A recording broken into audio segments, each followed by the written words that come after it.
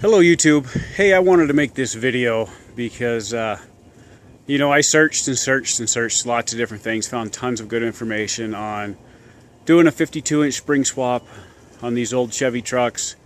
You hear cheap lift, free lift, lots of flex, easy to do, and I just kind of wanted to share my experience with this, is what it's been. And if I had a chance to do it all over again, I probably would, but I would know better of what I was getting into. This is a 1980 GMC Jimmy that I did the 52-inch spring swap on the front with. Let's get in here. This is DIY 4x's B52 kit, the front kit with the body mount installed. Body mount is not on there yet, but it has the location for it. Now, to put this on, you have to remove the factory body mount, the factory spring hanger with those big GM rivets. Air hammer does best to remove those. I just use a farmhand brand from TSC with a chisel bit. It's not high dollar, it's not perfect, but it works great. Knocks them off in no time flat, way better than grinding or drilling or cutting or anything else. Anyway, these are my 52-inch springs. They're from the back of a half-ton Suburban. I kept the overloads in them because I have a pretty heavy bumper going on the front with a 12,000-pound winch. So we'll see how they work. If I don't like the overloads, I'll pull them out. Two-wheel drive steering box with drop pitman arm that you will need to do the crossover steering on these, because the 52-inch springs move the axle forward 2 inches. You need to do the crossover to regain steering, as well as a factory push-pull just would not work that well with the axle moved that much closer to the steering box. What I also did on this was high steer arms. So I have the crossover with the high steer, and that's currently where I'm running into my issue at, is with the high steer. Because with the 52-inch springs moving the axle forward, and the high steer normally goes in the front hole. It's not real clear from this side, we'll move over to the other side, but the drag link actually crosses the tie rod to make it to the front hole for steering. So within about 2 inches of suspension travel, your tie rod hits your drag link. Onto the back of the front spring is from DIY 4x, the shackle eye hangers. These worked out really good. I can't remember if they're 6-inch or 7-inch shackles, but they seem to be a little close to the frame. Maybe that's just me. I've yet to do any type of flex on these to see, do they actually hit or not.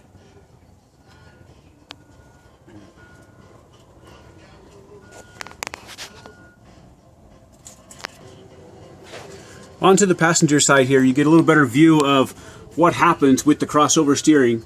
You can see that drag link actually crosses the tie rod.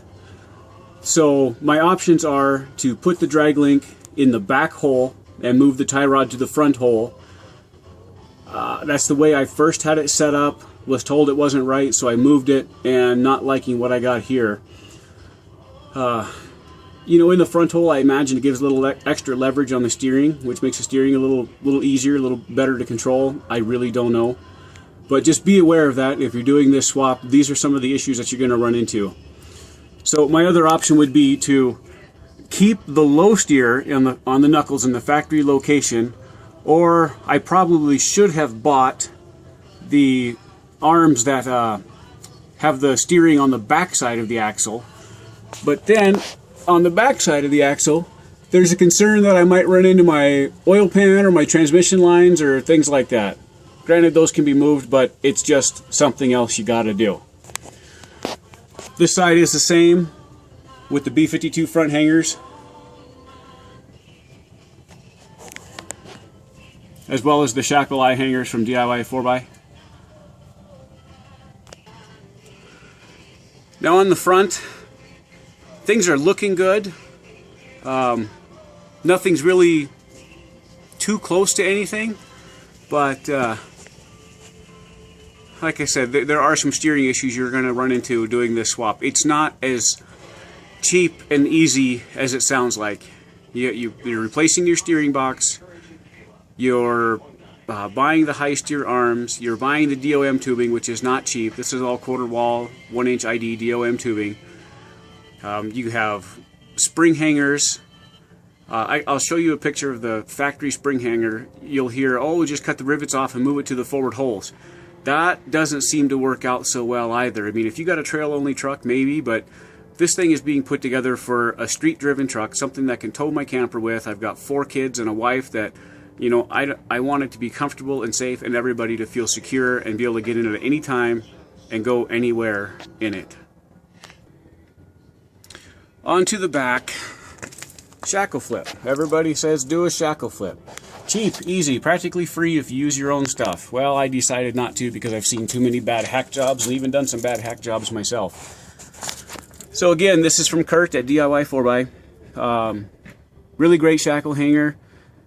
You got to drop the gas tank out, get the old shackle out, knock the rivets out the back sides, put the new one on, the plates on the back side. Again, these are 6-inch or 7-inch shackles. I don't remember which. New poly bushings and everything in there. But something to take notice with this. Doing a shackle flip, you've now dropped your spring 8 to 10 inches, depending on how long of shackle you have. Well, in doing that, what you'll notice is being the front of your spring is still in the factory location. That acts as a pivot, and your spring is, when you're dropping your spring, it's now in an arc. Well, as one end of the arc goes down, the center point will move forward. This in turn, dropping the back of my spring that far down, pushed my rear axle forward almost 2 inches, resulting in having to get my drive shaft shortened just so it would work and fit, just the factory stock drive shaft. So there's another added expense to the cheap, easy, free shackle flip. Not saying it's a bad thing to do, but just be aware there are lots and lots of hidden costs in doing this swap. It's if you're looking for cost-wise, you're better off and cheaper and farther money ahead and quicker back on the road to buy an off-the-shelf bolt-on lift kit, whether you do 4 springs or 2 springs and blocks. But as I said in the beginning, if I had a chance to do it all over again, I would still do it the way I did it. I would just know going into it what more to expect. Dropping gas tank, moving rear axle forward, shortening drive shaft, buying new steering box, all the DOM tubing for the front end, having to relocate or not be able to run the high steer on the front because of the fact it moves the front axle forward that 2 inches. And now your drag link doesn't go in the front hole like it should. Your tie rod isn't in the hole where it's supposed to be. So you're left with low steer or running a hydro assist. I've got a full hydro setup for this to go on. That will be coming soon, but you know, like a lot of us, I'm anxious. I want to get this on the road. I want to drive it. It's been in the garage way too long. As a side note, I decided to run the Hummer H1 wheels with some trailworthy rock rings welded on. Got a full width Dana 60 front axle with the dually hubs on it. And on the back, I ran some 3.5-inch steel spacers and then put the H1 wheels on over that. It lines up really good. Haven't had any issues. Doesn't stick out far at all. Gives it that factory stance. All in all, I'm real happy with that part of it. Another thing to add to is shocks. Well, now that you got these long springs that flex really well, you're going to need longer shocks. I found the 14-inch Travel Pro Comp shocks on eBay for $50 a piece with free shipping. That's what I'll end up buying, but there we are with another cost. And as well as along with that cost, where are you going to mount the shocks? If you mount the shocks in the factory lower hole, you still have to move the upper. These are just some 6-inch lift Chevrolet shocks. They are not near long enough. I've got some Ford extended shock towers, but there we go again. Cutting off the factory shock mount, cutting out the inner fender, attaching these onto the frame rail in the correct height, probably moving my lower shock mount. Not a big deal, as we're fabricating all this stuff anyway, but just something else to know, something else to think about, an added cost into the mix. And as I said in the beginning, all in all, I would do this again, but I would be more prepared of what I was getting into, what costs were going to be involved, what kind of money was going to have to be spent, what kind of problems I was going to run into, what kind of solutions did I need to search out before I ran into the problem. And this thing sat in the garage for, honestly, it's been in the garage for the last 5 years, but you know, a lot of that's me too. My wife is thank God, she's a stay-at-home mom for our 4 kids, raising them wonderfully. So I can work on this when I can, so things take a little longer. But I would do it again, but just know what you're getting into. And I hope somebody finds this video informational and just helps them out. I know I would have enjoyed something like this to kind of give me a heads up. So God bless, take care, and enjoy your trucks.